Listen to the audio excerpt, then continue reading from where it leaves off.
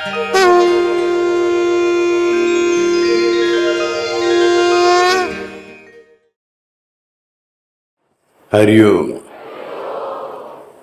श्रीराम. अंबज्ञ. नाथ सवेद. नाथ सवेद. नाथ सवेद. So you all.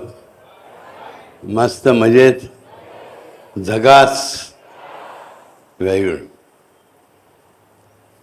मला जो महिन्याने भेटतो नाही का आपण. गुढीपाडवा, चैत्र पौर्णिमा, म्हणजे रामनवमी, सगळं गुरुवार गुरुवार गुरुवार गुरुवार येत गेलं. हरकत नहीं, मिलते हैं, मिलते ही रहेंगे हमेशा. हर जन्म में भी मिलना ही है. सो वैसे कोई बात नहीं. हां, त्याची गोष्ट आठवली अशी. हे आता आपल्याशा जो काही संवाद झाला, म्हणजे मी एकटाच बोलत होतो, जसं प्रतिसाद मिळत होता त्याच्यानुसार एका भक्ताची कथा मला आठवली. शिर्डीच्या साईबाबांचा एक भक्त होता. सामान्य मनुष्य, अतिशय दिलदार स्वभावाचा आणि मनापासून साईबाबांवर श्रद्धा असणारा, प्रेम असणारा, विश्वास असणारा. त्याचं नाव कांचन होतं. कांचन. हा कांचन हा एका लाकडाच्या वखारीत नोकरीला होता. मुंबईमधल्या त्या काळात लाकडाचे वखारी असतात. लाकडाच्या वखारी नोकरीला होते. लाकडाच्या फळ्या मिळायचे, खांब मिळायचे, बांबू मिळायचे, स्पेशली लाकडाचा भुसा मिळायचा.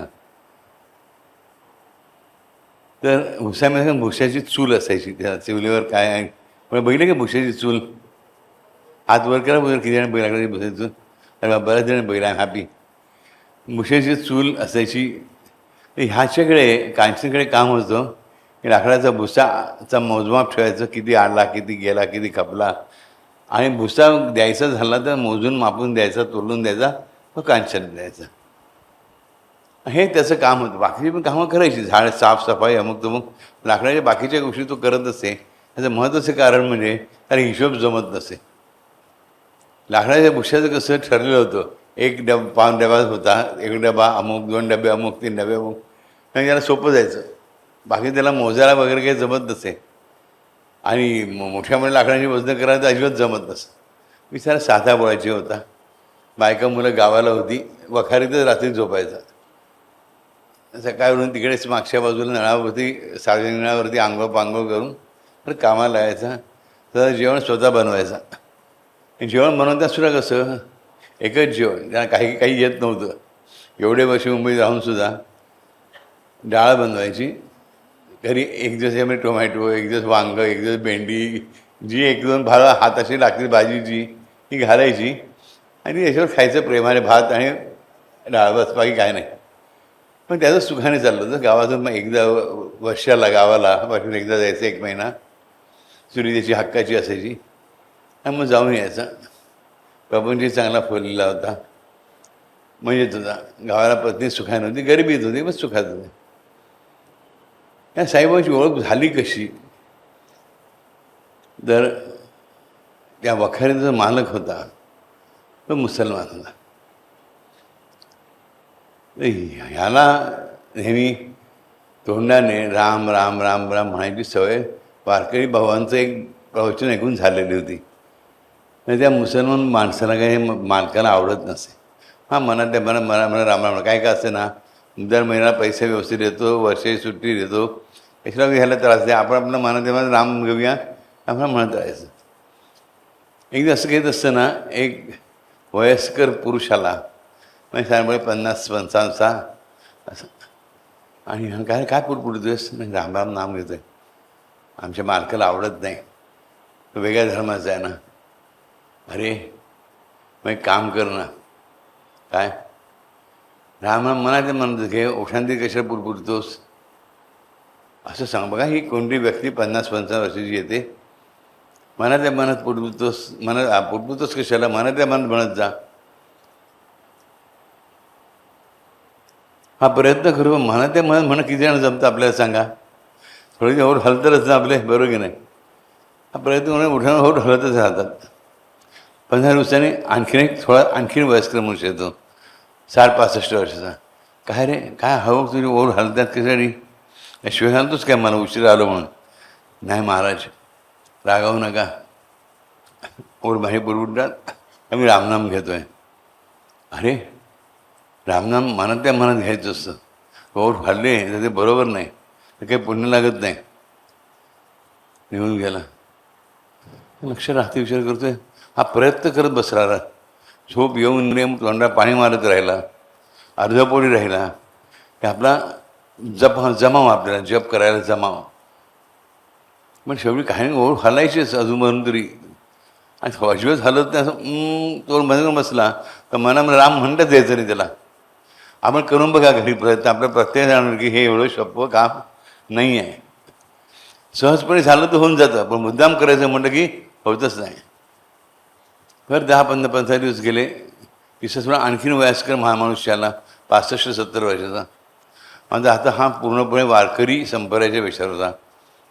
गळ्यामध्ये माळ होती, तुळशीची माळ होती, कपाळाला वैष्णवी टिळा होता, आयुष्यामध्ये टोपी, सदरा पांढरा धोतर, आणि विठ्ठल विठ्ठल श्रीहरी विठ्ठल म्हणतच आला होता दुकानामध्येच्या.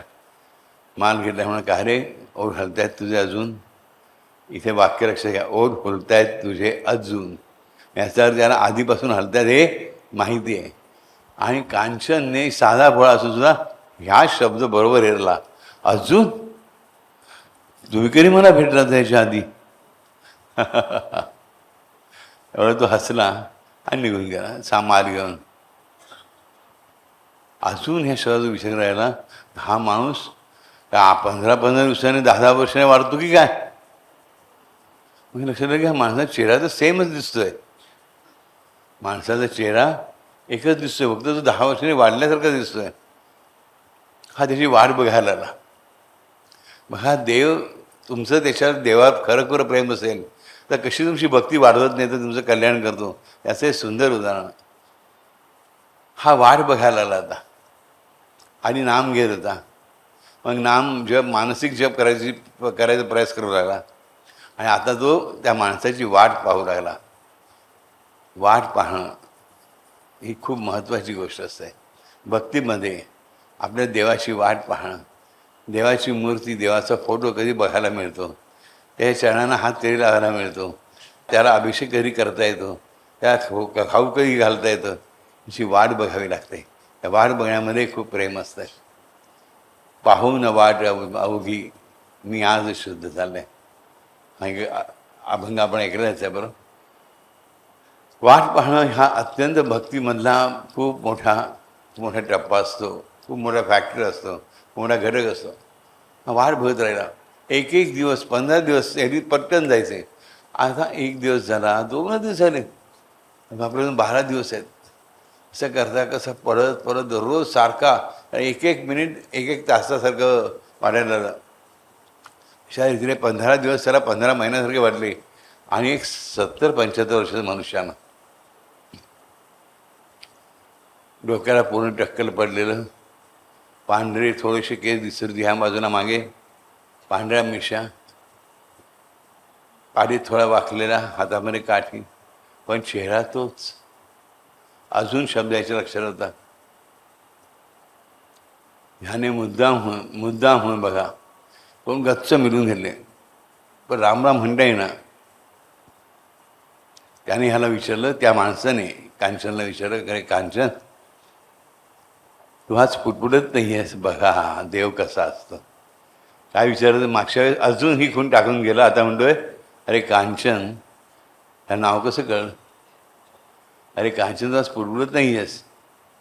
कांचन हादरला. हा नक्की तोच माणूस आहे. पण हा 15 दिवसात 10 वर्षाने म्हातार कसा होतोय? काहीतरी घोटाळा आहे. त्याने सरळ त्याची मानगुटच धरली. त्याबरोबर तो वाकलेला म्हातारा ताठ झाला. कांचन बुटका होता, हा ताठ म्हातारा ताकदीचा होता. ताठ उभा राहिल्याबरोबर हा लोंबकार आला त्याच्या माथ्याला, पाय जमिनीवर सुटले. त्याने एवढंच सांगितलं,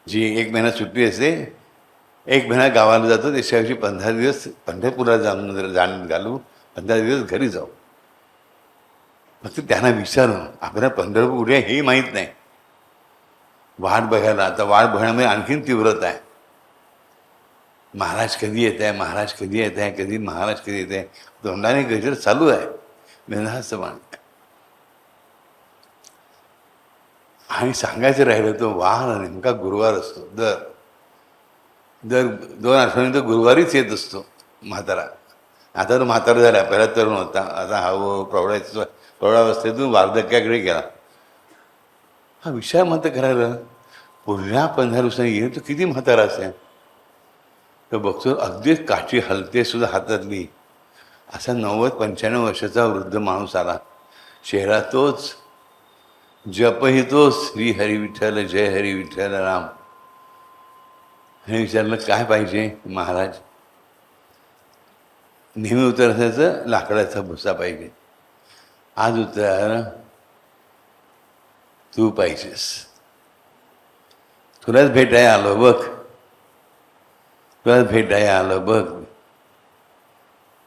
आणि माझा आहे ना तू, तुला भेटायला आलो बघ. हा बघतच आहे ना. बघता मला दिसायला ना की हा नवदीला पोचलेला वृद्ध माझ्या ओळखीचा आहे. मी ह्याला बघितलं आहे, मी ह्याच्याजवळ बसलो आहे, मी ह्याच्यावर खेळलो आहे, मी ह्याच्यावर बागडलो आहे. एका खेडेगावामध्ये, एका पडक्या वास्तूमध्ये, काही कळत नाही. आणि एकाएकी त्या दिसायला आलं की हा म्हातारा जो आहे, त्या म्हाताऱ्याच्या डोक्याला फडकं गुंडाळलेलं आहे आणि कफनी घातलेली आहे, पांढरी पायघोळ कफनी. आणि हा माझ्याबरोबर मंजिऱ्या बाजवत नाचतो आहे. हाही नाचू राहिला. आणि नाचताना शब्द मात्र आपल्या ओळखीचे होते. रमते राम आयोजी आयोजी, गोंदिया की गोंदिया लायोजी लायोजी. गायचं रमते राम आयोजी आयोजी, रमते राम आयोजी आयोजी, उदिया की गोंदिया लायोजी लायोजी, उदिया की गोनिया लायोजी लायोजी, रमते राम आयोजी आयोजी, रमते राम आयोजी आयोजी, उदिया की गोंदिया लायोजी लायोजी, उदिया की गोनिया लायोजी लायोजी, रमते राम आयोजी आयोजी, रमते राम आयोजी आयोजी, रमते राम आयोजी आयोजी, रमते राम आयोजी आयोजी, उदिया की गोंदिया लायोजी लायोजी, उदिया की गोनिया लायोजी